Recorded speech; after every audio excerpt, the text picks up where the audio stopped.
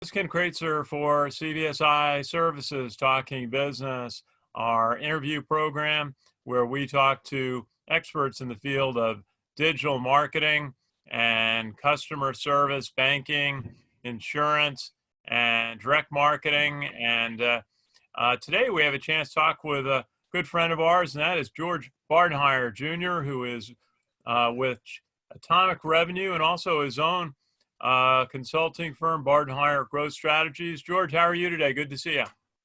Good to see you, Ken. Good morning.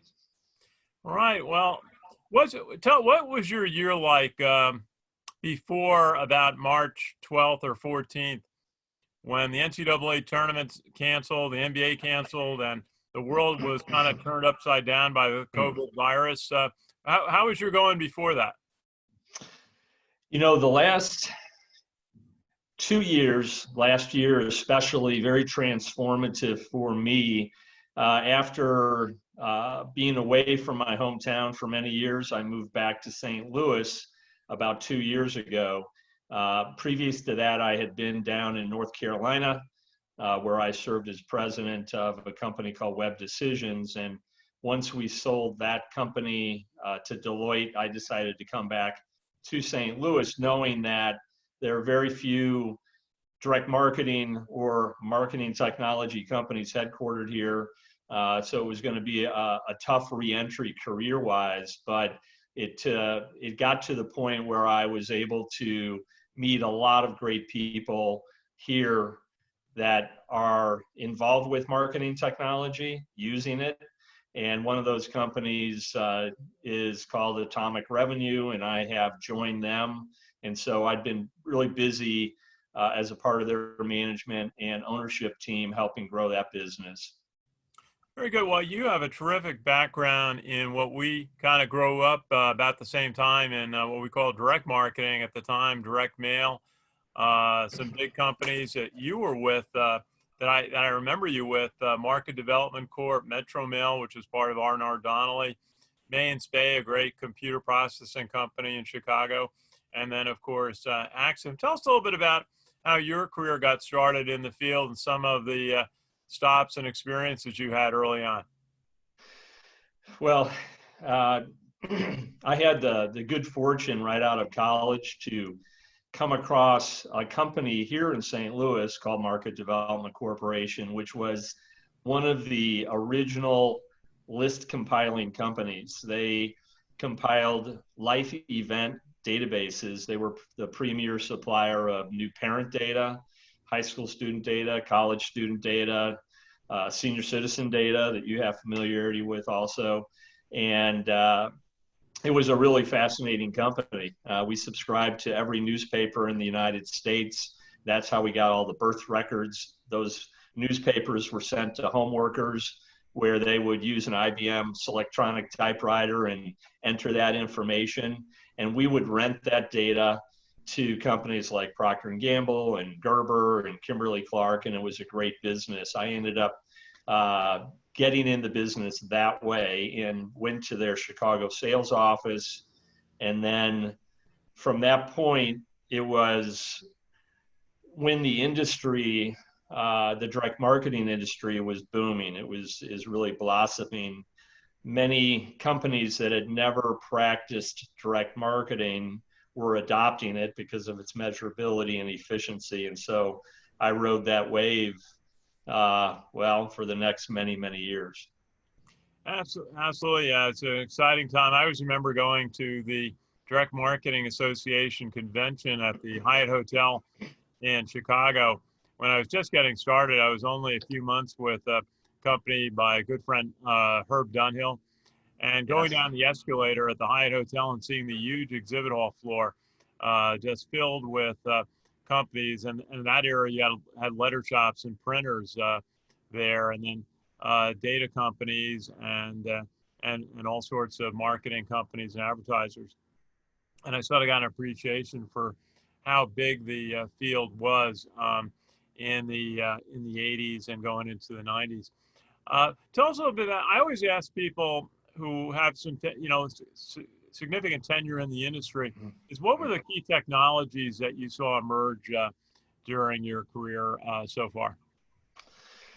Well, I mean, this goes way back. This was in the very beginning, it was the merge purge technology, taking multiple databases and identifying duplicates to either remove them so you didn't have multiple mailing pieces or phone calls going out to the same household. But it also allowed for direct marketers to see when people appeared on multiple lists so they would become multi-buyers.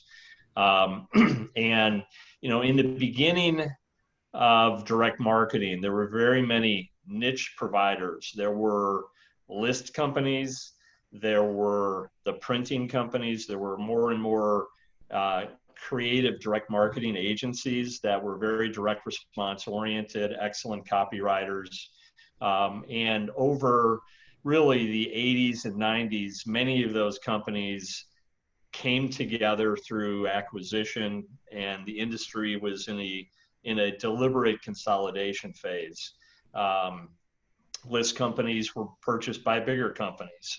And so it ended up being, as it is now still, that there are, I would say 5 or 6 large marketing service providers that are super comprehensive in their capabilities, where they can do creative work, do digital marketing, do the list hygiene, manage multiple siloed databases and put them together into a master database.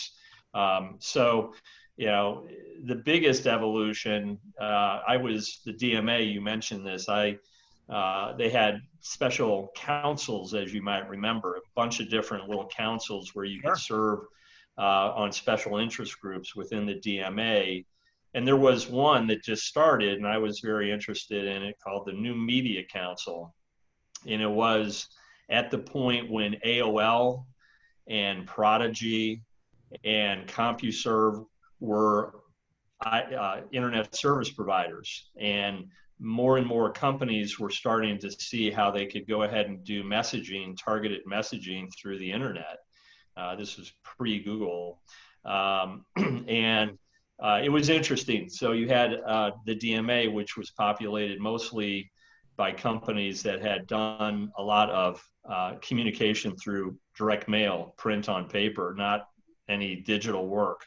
And there was a slow understanding of the power of the internet. And eventually, of course, that is where the majority of B2B companies and business to consumer companies are spending their marketing spend on digital. And so it's been the biggest evolution is the shift toward offline marketing to online marketing. Well, certainly digital has been such a new era between all the innovations with going online, with what Microsoft Office brought to the table. Barcodes, I would say barcodes made a big difference in technology. And then, of course, the amazing breakthrough of mobile and mobile technology now, and so much that we do doing this conference call now. What have been some of the technologies that you've been able to incorporate into some of your client projects over the recent years? Well, I think the biggest embrace that I have seen has been amongst the small and medium-sized companies that wanted to have the power internally with their communications and messaging and internet presence. And so marketing automation tools, business intelligence tools, CRM applications that allow for systematic email campaigns. And so I got to see this pretty closely when I started. I was in a non-compete phase about 4 years ago, and I decided to self-teach myself how to use all the different online marketing practices, whether it was SEO, whether it was building landing pages, and there was all these different tools out there, marketing automation tools, cloud-based tools that you could embrace. And I went with HubSpot and became a small HubSpot marketing agency. And that really was a great experience because I could apply that for clients and help them do lead generation and sales conversion through that process. So,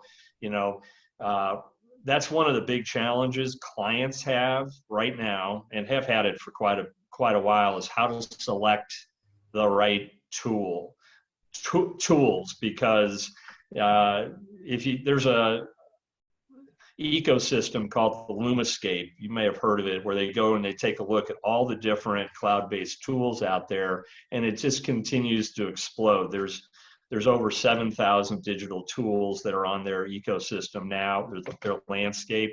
And so what we try to do at Atomic Revenue is go in, do an audit, a digital operations audit of their current setup, our clients, and help them select the right set of tools so they can be operational and efficient with their own processes.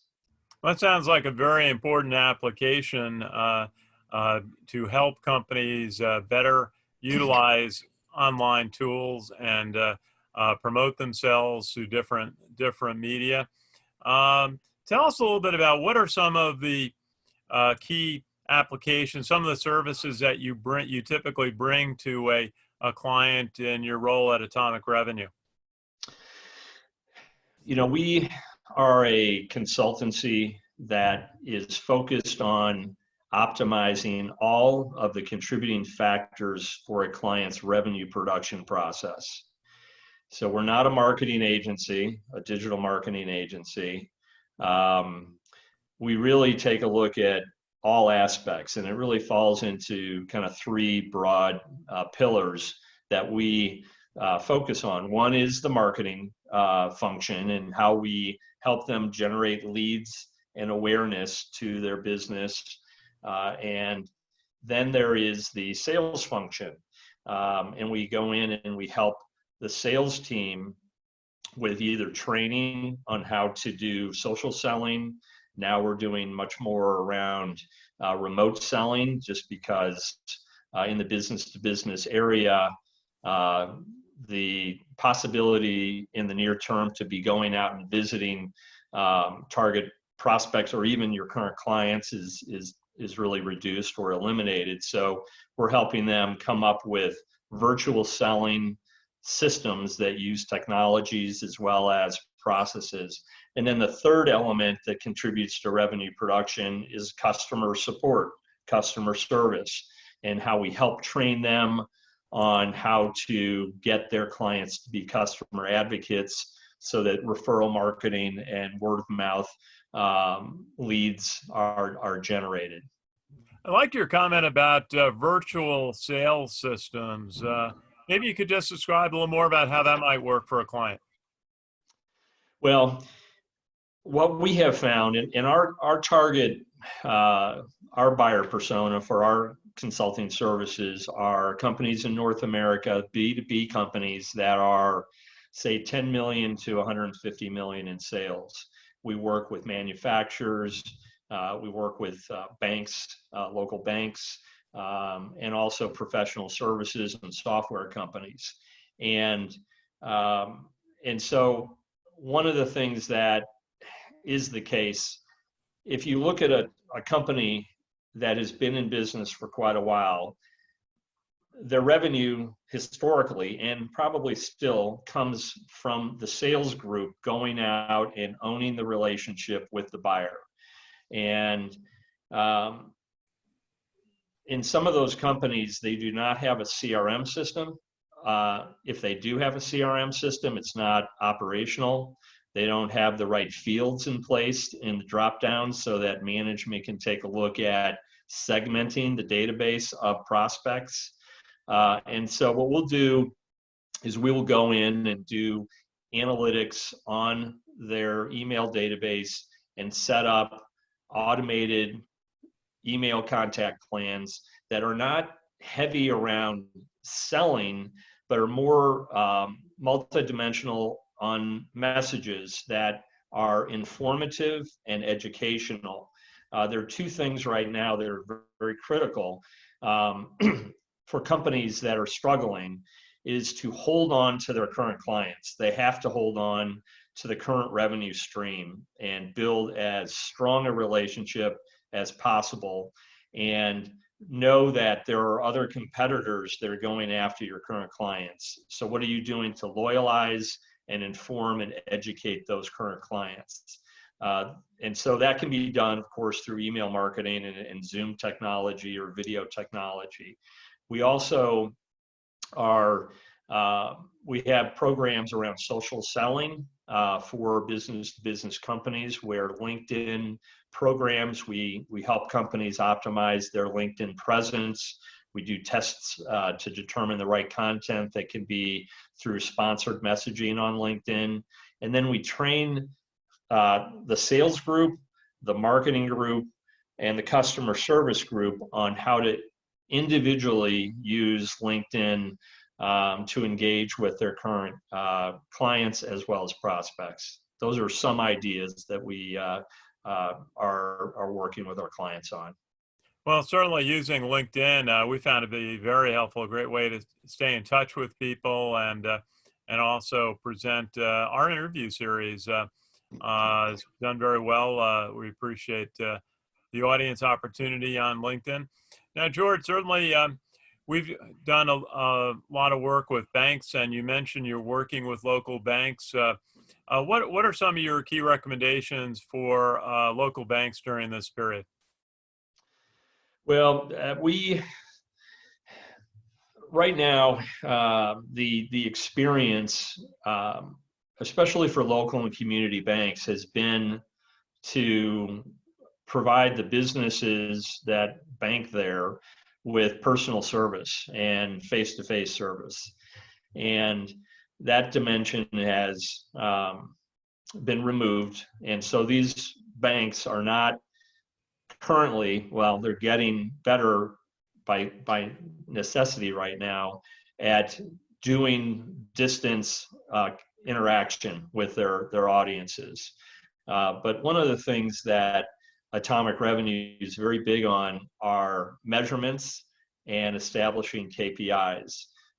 We have a separate company that's a part of Atomic Revenue called AUVIS, A-U-V-I-S, and this is a visualization tool that allows for organizations to look at their key performance indicators. And we go in and do a diagnostic to determine what the key performance indicators that they should be measuring are, and we offer connectivity between their systems into our cloud-based system called Molecule. And so with banks, as well as many companies, they have different products that are being offered, and at times they do not have the right data on who it is that is actually buying those products in terms of really analytically looking at that.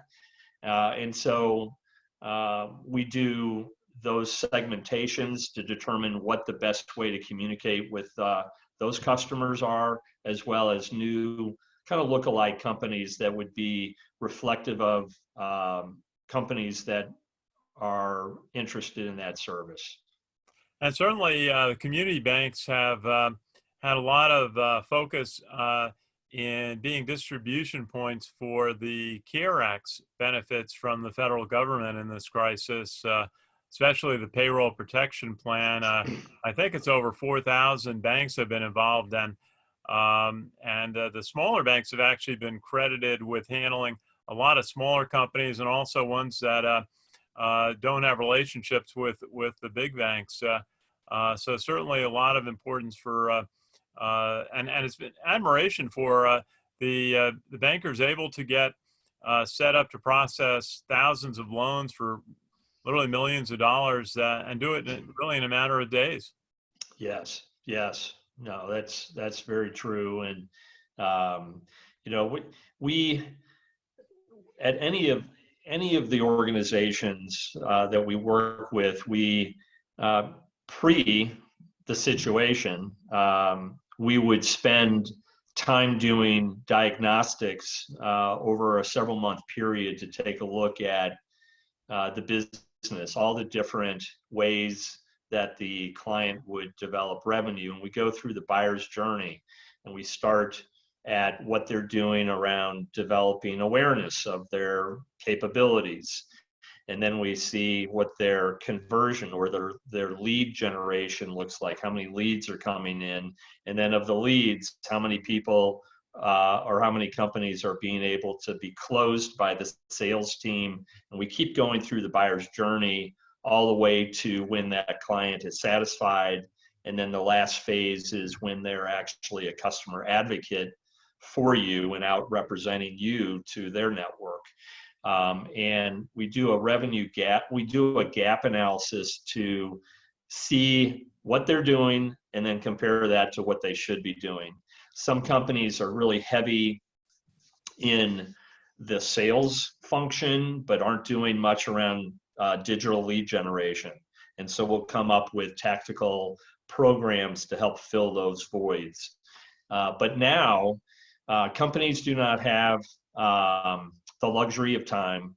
And so we've created a series of quick pivot programs to get operational in terms of generating leads and altering their messaging. We have a core messaging program that takes a look at their unique selling proposition and then can convey that to different segments of their prospect pool. So we're getting very tactical. The programs are not 1 year long. They're more 90 to 120 day sprints, lower cost, quicker action, so that we can get them generating revenue more progressively. And talking with George Bardenheier of Atomic Revenue and also Bardenheier Growth Strategies. George, obviously the world changed so much, turned upside down literally in early March, and now we're about 5-6 weeks into this crisis with so much of the American economy shut down. What's your advice for companies to help their customers through this, and then also moving into what people are describing as a transition to reopening? Well, I think that companies right now are struggling because the structure they had in place before this happened has been altered, sometimes significantly, oftentimes significantly. The buying process from their customers has changed, which means that the selling process needs to change. And we are